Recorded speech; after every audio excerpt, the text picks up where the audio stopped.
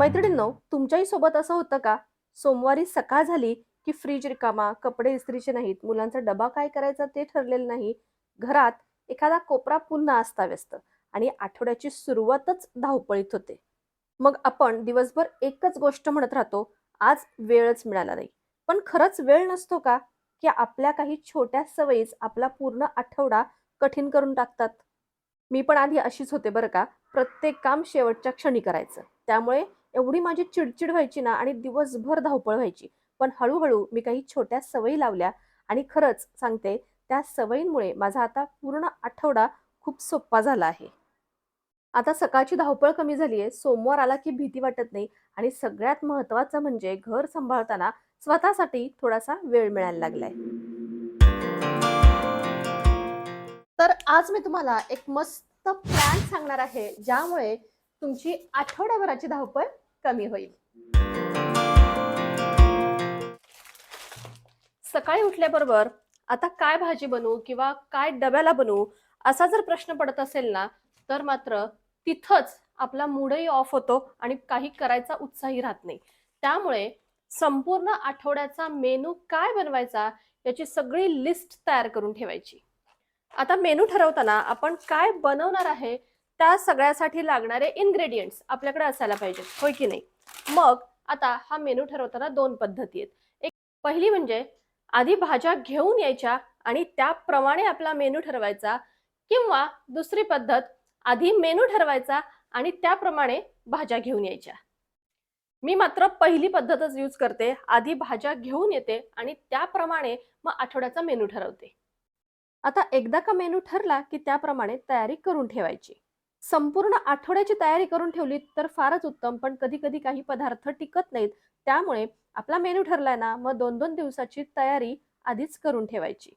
आता पनीरसारखे जे पदार्थ जास्त दिवस फ्रिजमध्ये टिकतात, असे पदार्थ तुम्ही भरपूर करून ठेवले तरीही चालतील. आता याच तयारीमुळे आठवड्याभराची सकाळची धावपळ आपली कमी होते.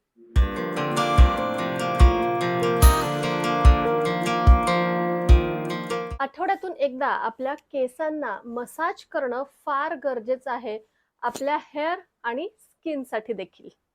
तर आठवड्यातून एकदा मी मसाज करण्यासाठी वापरते नेचर शुअरचं हे कलोंजी तेल.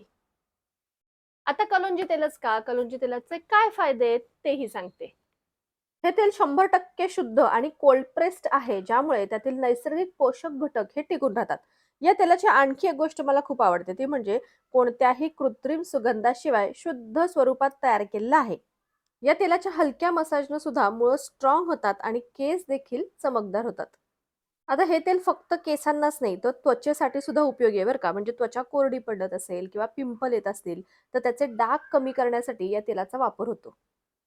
हे कलोंजी ऑइल अँटीऑक्सिडंट आणि अँटी इन्फ्लॅमेटरी आहे. हे तेल आपण बाहेरून त्वचेला तर लावू शकतो, शिवाय डॉक्टरांच्या सल्ल्यानुसार आपण ते आपल्या डाएटमध्ये सुद्धा इन्क्लूड करू शकतो. आणखी एक महत्त्वाची गोष्ट म्हणजे जी-एम-पी आणि आय-एस-ओ प्रमाणित आहे आणि आयुष मान्यताप्राप्त उत्पादन केंद्रात तयार केलं आहे. तुम्हालाही हे तेल घ्यायचं असेल तर याची लिंक मी डिस्क्रिप्शन बॉक्समध्ये दिलेलीच आहे. आठवड्याच्या आपल्या सेल्फ केअर रूटीनमध्ये याचा तुम्ही देखील नक्की समावेश करा.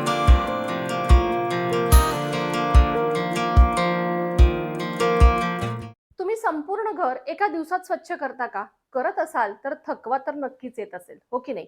त्यामुळे आठवड्याचं एक क्लीनिंग रुटीन लिस्ट करून ठेवणं फार गरजेचं आहे.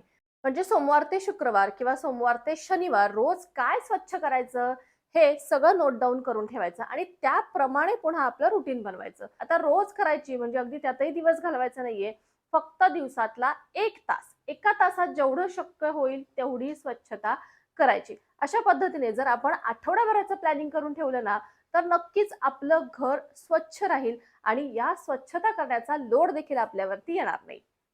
माझं गेल्या आठवड्याचं प्लॅनिंग असं होतं: सोमवारी टीव्ही युनिट, सोफा; मंगळवारी किचनचे ड्रॉवर्स; बुधवारी किचनच्या टाइल्स आणि अप्लायन्सेस; गुरुवारी फॅन आणि फरशी पुसायची; शुक्रवारी बेड आणि वॉर्डरोब ऑर्गनायझेशन आणि रविवारी बाथरूम क्लिनिंग. याचा प्लस पॉइंट काय माहितीये का? 5 ते 6 लिस्टमध्ये जर आपण संपूर्ण घर कव्हर केलं ना, तर पुन्हा-पुन्हा लिस्ट बनवायची गरज नाही. पुन्हा 6 आठवड्यानंतर काय करायचं, पुन्हा पहिली लिस्ट आहे ती रिपीट करायची आणि पुन्हा 1 ते 6 लिस्ट पुन्हा आपण त्याप्रमाणे शेड्यूल बनवायचं. मग पहा, अशा जर लिस्ट आपल्याकडे जर असतील ना, तर रोज काय स्वच्छ करायचं याचा प्रश्न आपल्याला पडणार नाही. एका आठवड्यातच आपली भरपूर साफ-सफाई होईल आणि अल्टिमेटली आपलं घर देखील स्वच्छ राहील.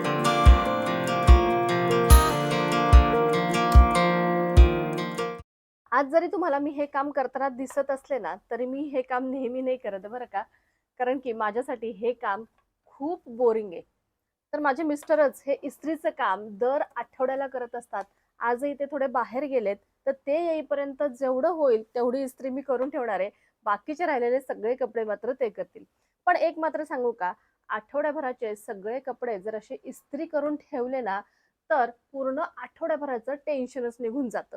म्हणजे कसं आहे ना, रोज फक्त कपाटातून कपडे काढा आणि मस्त इस्त्रीचे कपडे घालून झटपट रेडी व्हा. एवढं हलकं वाटतं ते. बरं ठीक आहे. आता बाहेर सुद्धा इस्त्री करून कपडे मिळतात, नाही असं नाही. आपण बाहेर दिलं तरी एकदम आठवड्याभराचे कपडे इस्त्री करून मिळतात. पण माझ्या मिस्टरांना हे काम आवडतं, त्यामुळे मी तरी हे कपडे बाहेर देत नाहीत. ते निवांत बसल्या-बसल्या इस्त्री करतात. आणि आठवड्याभराचं माझं काम मात्र हलकं होतं. मुलांचे शूज आणि बॅग्स रोज-रोज स्वच्छ करायला खरंच वेळ मिळत नाही. त्यामुळे मी खरं सांगते तुम्हाला रोज स्वच्छ करतच नाही. पण आठवड्यातनं एकदा मुलांच्या सुट्टीच्या दिवशी मात्र त्यांनाच मी हे सगळं स्वच्छ करून ठेवायला सांगते. इथे मी फक्त त्यांना एक सोल्युशन दिलंय, ते स्प्रे करायचं आणि पुसून घ्यायचं. ज्यावेळेस पाण्याने धुवायचं असतात, म्हणजे एक 4 ते 5 महिन्यातनं एकदा मी या बॅग्स वगैरे पाण्याने धुते. त्यावेळेस मात्र मी हे स्वतः स्वच्छ करते. पण दर आठवड्याचं हे जे काही फक्त वायपिंगचं काम आहे ना, ते मी त्यांच्याकडून करून घेते. प्रत्येक काम अगदी आपणच केलं पाहिजे असं अजिबात नाहीये. घरातल्यांची हेल्प तर आपल्याला हवीच आहे. जिथे-जिथे शक्य आहे, तिथे-तिथे मी घरातल्यांना सुद्धा कामाला लावते. म्हणजे खरं तर तुम्ही देखील अशी सगळी कामं एकटेच करत बसू नका. थोडा तरी वेळ तुम्हाला निवांत मिळू देत आणि त्यासाठी त्यांच्या योग्यतेची, त्यांना जमतील अशी कामं आपणच त्यांना वाटून द्यायला हवीत. आता आपल्याला फक्त घरातलीच कामं असतात असं अजिबात नाहीये. बाहेरची सुद्धा बरीचशी कामं आपल्याला असतात, जी आपल्याला त्या-त्या आठवड्यात पूर्ण करायची असतात. मग अशा कामांची एक लिस्ट काढून ठेवणं, मग कोणत्या दिवशी कोणतं काम करायचं, बँकेचं काम असेल, स्कूलचं काम असेल किंवा कुठे शॉपिंगला जायचं असेल किंवा गावी जायचं असेल, तर हे सगळं लिस्ट करून ठेवायचं आणि त्याचे अलार्म लावायचे. म्हणजे हे सगळी कामं आपल्या व्यवस्थित लक्षात राहतात. तर मैत्रिणींनो, हे होतं आपलं छोटंसं प्लॅनिंग किंवा या 6 छोट्या सवयी, ज्या संपूर्ण आठवडा ऑर्गनाइज्ड आणि स्ट्रेस फ्री बनवतात. मील प्रिपरेशनपासून हेअर केअर रूटीन, क्लीनिंग शेड्यूलपर्यंत. जर तुम्हाला हा व्हिडिओ आवडला असेल, तर व्हिडिओला लाईक करा, शेअर करा आणि चॅनलवर नवीन असाल तर सबस्क्राईब देखील जरूर करा. आणि कॉमेंटमध्ये सांगा, की तुमची कोणती सवय आहे, जी तुमचा आठवडा स्ट्रेस फ्री बनवते. आता आपण भेटूयात पुन्हा एकदा अशाच एखाद्या नवीन